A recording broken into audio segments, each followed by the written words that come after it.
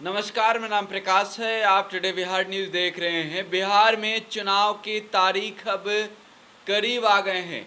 लगभग 2 महीने और शेष रह गए हैं बिहार में विधानसभा चुनाव को। लेकिन इस बीच महागठबंधन और एनडीए गठबंधन में नए नए समीकरण बन रहे हैं। महागठबंधन छोड़ जीतन राम मांझी एनडीए गठबंधन में शामिल हो गए हैं। वहीं महागठबंधन में सीट शेयरिंग पर भी पेंच फंसी हुई है। एनडीए गठबंधन में तेजस्वी यादव नाराज चल रहे हैं, तो जेडीयू ने साफ साफ कह दिया है कि चिराग से कोई रिश्ता नहीं है। देखिए, हम लोग प्रतिदिन बात करते हैं बिहार विधानसभा चुनाव से पूर्व बिहार में सियासी हलचल की खबरों की। हम बातें करते हैं बिहार में किस तरीके से महागठबंधन या फिर एनडीए गठबंधन में सीट शेयरिंग को लेकर चर्चा चल रही है। हम बातें ये भी करते हैं कि कौन नाराज चल रहा है और कौन किसके साथ है। देखिए, बिहार विधानसभा चुनाव से ठीक पूर्व एक बार फिर से एलजेपी बिहार में अपने 15 साल पुराने फॉर्मूले को अपनाने जा रही है। चिराग पासवान अपने पिता के नक्शे कदम पर चलते दिख रहे हैं और बिहार विधानसभा चुनाव में नीतीश कुमार को करारी हार का सामना करना पड़ सकता है। देखिए, बातें हम इसलिए कह रहे हैं कि 2020 के बिहार विधानसभा चुनाव में एनडीए में सब कुछ ठीक नहीं चल रहा है। लोक जनशक्ति पार्टी ने नीतीश सरकार के कार्यों पर सवाल उठाए, तो जेडीयू ने साफ साफ कह दिया है कि चिराग से कोई गठबंधन नहीं है, यानी कि एनडीए का गठबंधन अटूट नहीं है, टूटने वाला है। चिराग पासवान उस एनडीए के हिस्सा हैं जिस एनडीए की एक पार्टी कहती हो कि हमारा गठबंधन बीजेपी के साथ है, लोजपा के साथ नहीं है। और आप समझ सकते हैं कि एनडीए गठबंधन में बातें कितनी आगे तक बढ़ गई है कि जेडीयू को सफाई देना पड़ रहा है कि गठबंधन लोक जनशक्ति पार्टी के साथ नहीं है। देखिए, 2015 के बिहार विधानसभा चुनाव में महागठबंधन और एनडीए गठबंधन के कार्यकर्ता चुनावी तैयारियों में जुटे थे और तब नीतीश कुमार महागठबंधन के साथ थे। बिहार में एनडीए को हार मिली थी, नीतीश कुमार ने बिहार में सरकार बना ली थी, महागठबंधन की सरकार बन गई थी। नेता प्रतिपक्ष के रूप में जो आज तेजस्वी हैं वे उस वक्त डिप्टी सीएम थे। लेकिन देखिए, नीतीश कुमार ने बीजेपी का दामन थाम लिया, एनडीए में फिर से चले गए और ऐसे में अब फिलहाल एक बार फिर से चुनाव है और इस चुनाव में एनडीए गठबंधन में कितनी टूट होने वाली है, इस खबर पर हम चर्चा करने जा रहे हैं। देखिए, चिराग पासवान को लेकर हम चर्चा करने जा रहे हैं।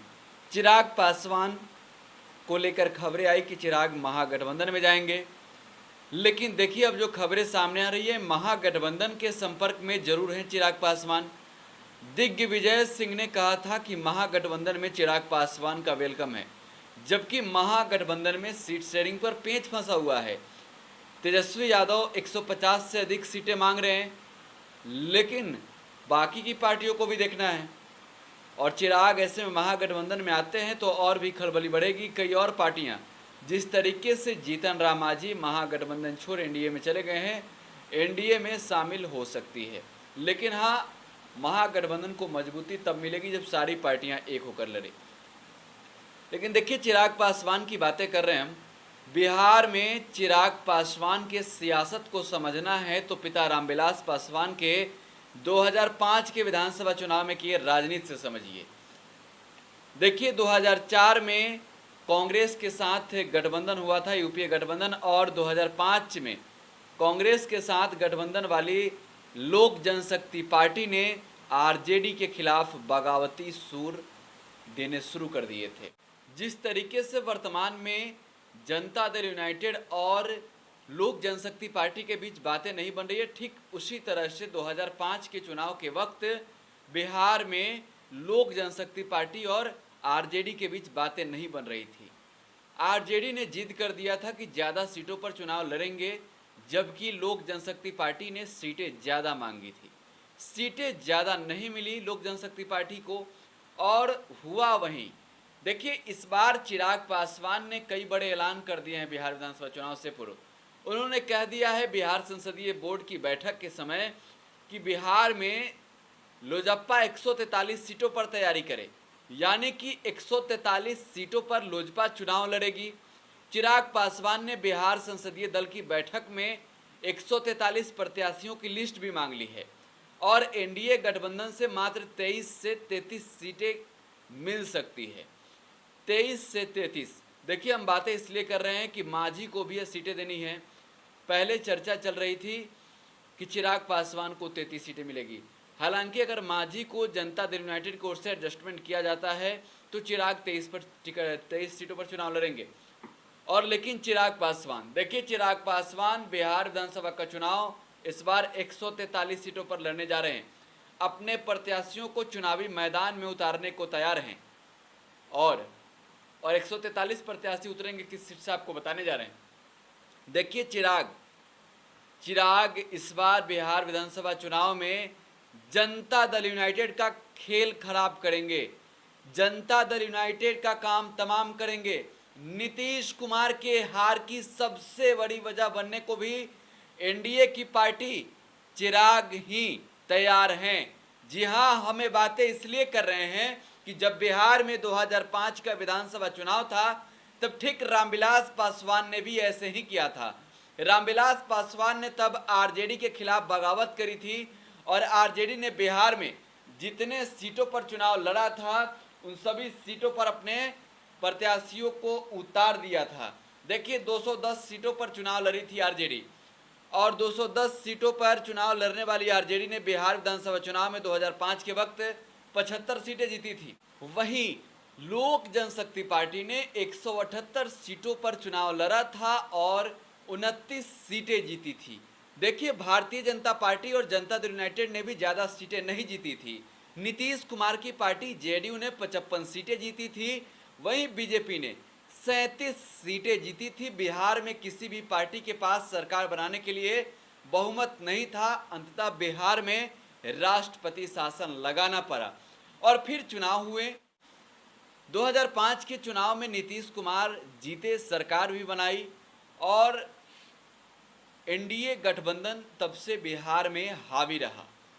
देखिए, एनडीए गठबंधन बिहार में तब से मजबूत रहा है और नीतीश कुमार जब महागठबंधन में शामिल हो गए तब एनडीए थोड़ी सी कमज़ोर पड़ गई और एनडीए इस बार एक बार फिर से नीतीश कुमार के साथ है और मजबूती का दावा भी कर रही है। लेकिन नीतीश कुमार को हराने के लिए ठीक उसी तरीके से चिराग पासवान बिहार विधानसभा चुनाव 2020 में तैयारी कर रहे हैं, जैसे 2005 के विधानसभा चुनाव में उनके पिता रामविलास पासवान ने तैयारी किया था और रणनीति बनाकर चुनावी मैदान में उतरे थे। तेजस्वी यादव के पिता लालू प्रसाद यादव को पटखनी दी थी।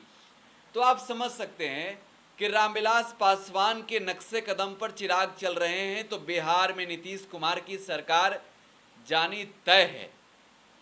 रामविलास पासवान के नक्शे कदम पर चलने वाले चिराग ने 143 सीटों पर इस बार दावा ठोका है और चिराग पासवान कितना कुछ कर पाएंगे इस बार के चुनाव में, तो देखने वाली बात होगी।